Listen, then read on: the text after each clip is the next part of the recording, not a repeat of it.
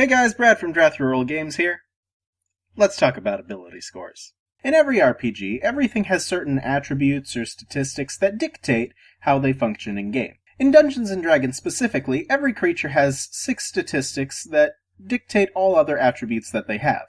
These are called ability scores. Okay, technically there's a 7th thing that dictates all other attributes for a character, and that would be character/class level, but it's not classified as an ability score, so it's not relevant to this discussion. These ability scores are as follows: Strength, Dexterity, Constitution, Intelligence, Wisdom, and Charisma. When you build a character in D&D, you allocate numbers to each of these stats via some kind of generation method, whether it be rolling dice, the point buy system, or the infamously terrible standard array.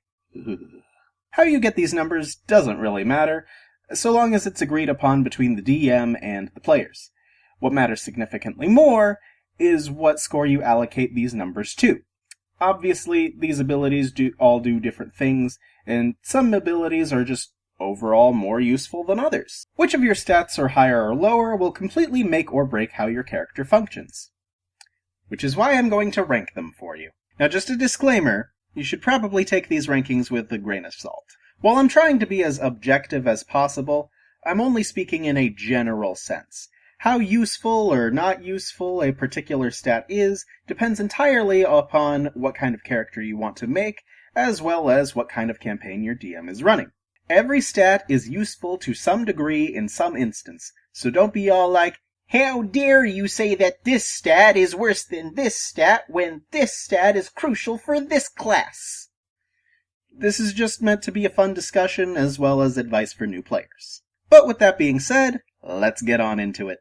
Okay, so starting off this list is a bit of a hot take. Now everyone says that intelligence is the most useless stat in 5e, and don't get me wrong, it's pretty useless outside of certain caster classes. However, I think that the strength stat is even worse. Just about everything that it offers can be replaced by something else, or is practically inconsequential. Honestly, the best thing that strength contributes to is the athletic skill check, and all you have to do to offset the low strength modifier for that is just take proficiency in the skill. But what about saving throws? Strength saving throws are rather uncommon, hardly even an issue, and if you're that worried about them, there are several classes that offer proficiency in that saving throw, or you can just take the resilient feat. But what about encumbrance? Typically, you shouldn't need to carry all that much, and if you do, just save up your gold and buy a bag of holding. But what about combat? Well, if you're a caster class, you probably won't be using a weapon anyway, and if you do use a weapon, just use a finesse or ranged weapon. Dexterity offers so much more than strength that 9 times out of 10, it's more optimal to go for a dex build than a strength build. Pretty much the only time you should go for a strength build over a dex build is if you're playing a barbarian. Or sometimes a paladin, but paladins can go fuck themselves. Moving on to number 5, intelligence. Now, just because I don't think that intelligence is the most useless stat, doesn't mean it doesn't have its problems. But first, let me talk about the positives, just to better justify me putting it ahead of strength. First off, it's a casting stat. Sure, it's the one least used, as only 2 classes take advantage of it, those being Wizard and Artificer. Artificer? Yeah, that's how it's pronounced. Artificer. But a casting stat is still a casting stat. Plus, there are plenty of fighter and rogue subclasses that use intelligence as a secondary stat. So, overall, there are more classes that make use of intelligence than there are classes that rely on strength. And that's not even counting mystics. Sure, you shouldn't count mystics, as mystics aren't officially published material, and probably never will be, but if your DM allows Unearthed Arcana, or if Wizards of the Coast actually gets the balls to make it official material, there is that. Additionally, Strength only has 1 skill check that uses it, whereas Intelligence has 5, tied with Wisdom for the most. Sadly, that is where the usefulness of Intelligence ends. While tied for encompassing the most amount of skill checks, the usage of those skill checks tends to be lackluster. First off, you're hardly ever using 2 of them, Nature and religion checks are almost non-existent in the game. Secondly, with the exception of investigation and sometimes arcana, the consequences of failing intelligence skill checks are, at worst, a minor setback. Oh no, I failed my history check. I guess I don't know what happened at some specific point in the past. Oh well. And then finally, the least useful thing intelligence has to offer is its saving throw. Intelligence saves are probably the most uncommon saving throw in D&D. You're almost never going to encounter one. So, yeah, in my mind, intelligence is more useful than strength, but to be fair, not by much. Okay, now we get into the stuff that we actually use frequently, starting with wisdom. First off, it's another casting stat. This time with 3 classes that take advantage of it, those being Cleric, Druid, and Ranger.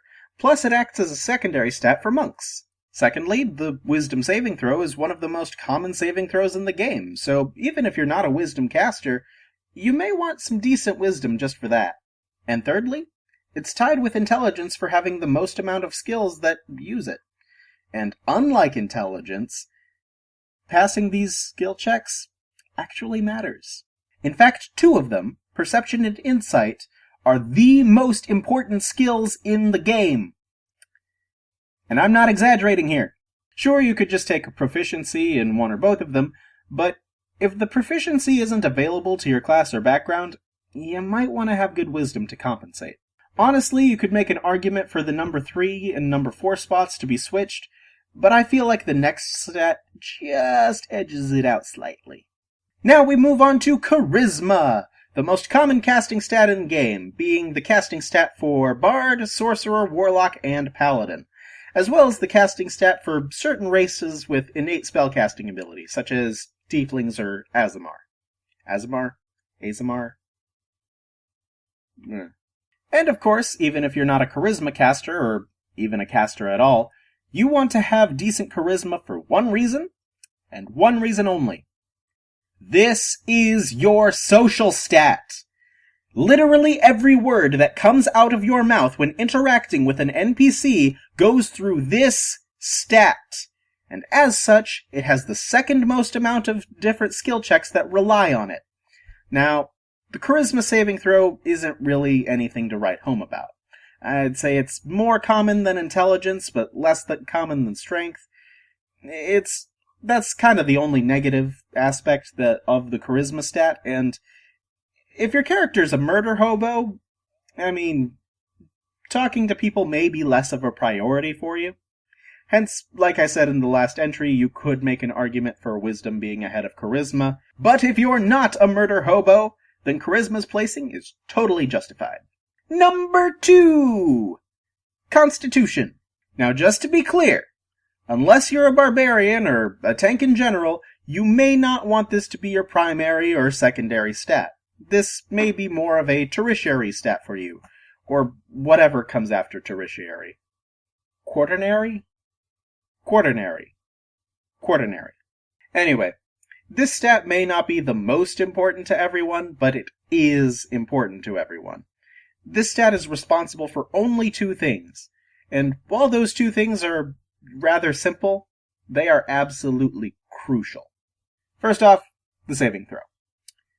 Con saves are one of the most common saving throws in the game, possibly the most common saving throw in the game, especially if you're a caster class, because if you're concentrating on a spell and you take damage, you have to make a Constitution saving throw in order to hold that concentration. So, there's that. The second and crucial aspect of Constitution is, of course, hit points. The higher your con mod, the more HP you get each time you level up. And, of course, hit points are good. Everyone needs hit points. You can never have too many hit points. But even an ass ton of hit points can't beat out the number 1 spot. If you haven't already figured it out by process of elimination, it's Dexterity. What can I even say about Dexterity? Dexterity does so much. Okay, first off, the saving throw. Dex saves, like Wisdom and Con saves, are among the most common saving throws in the game. Next, Initiative. You know what your initiative is based on? Dexterity! Sure, there are a handful of abilities that add on to your initiative modifier, but for the most part, 9 times out of 10, your initiative mod is your dex mod. The higher you roll in initiative, the sooner you are in the turn order. The sooner you get your first turn, the sooner you get to attack. The sooner you get to attack, the sooner you can try to kill the enemy before they can try to kill you. You know what's better than having so many hit points that the enemy can't possibly kill you? Not taking any damage! Which leads me to my next point. Higher dexterity equals higher armor class. Assuming that you're either wearing light armor or no armor at all, the higher your dex is, the higher your AC is. The higher your AC is, the less likely you are to be hit. Again, what's better than having so many hit points that the enemy can't possibly kill you? Never taking damage in the first place! Next up, a bit of an obvious point. The skill checks using dexterity are solid. Acrobatics can sometimes replace athletics depending on the situation or how cool your DM is. Stealth obviously sneaks for itself. Boo! And sleight of hand is great for all you kleptomaniacs out there. And of course, my final point, and the reason why I say that strength is more or less useless, it essentially replaces strength in combat. If you're using a ranged or finesse weapon, your dex mod straight up replaces your strength mod when hitting or damaging an opponent. On top of everything else that it does! Dexterity does so much, it's almost too much. So, of course, it takes the number 1 spot. So what did you guys think of this ranking? Did you agree? Did you disagree? Let's get a discussion going down in the comments below. Again, I'd like to reiterate that this is more of a general ranking looking at an ability score's overall effectiveness across the board rather than looking at how good it is for a specific class. Again, every stat is useful in some situation, and how useful that situation is depends on your character as well as the kind of campaign your DM is running. If you liked the video, give it a like. If you're new and you liked it, be sure to subscribe. I'm going to start trying to upload more D&D content and try to put more of an emphasis on D&D content, but I do also post Yu-Gi-Oh! And occasionally Pokemon content as well. So check that out if it seems like something you would be interested in. And, let me know if you want me to put more of an emphasis on D&D content, or if I should just stick with focusing on Yu-Gi-Oh! But, I'm trying things out here. But until the next video, I hope you guys have a wonderful day, and I will see you guys again next time. GG no Re.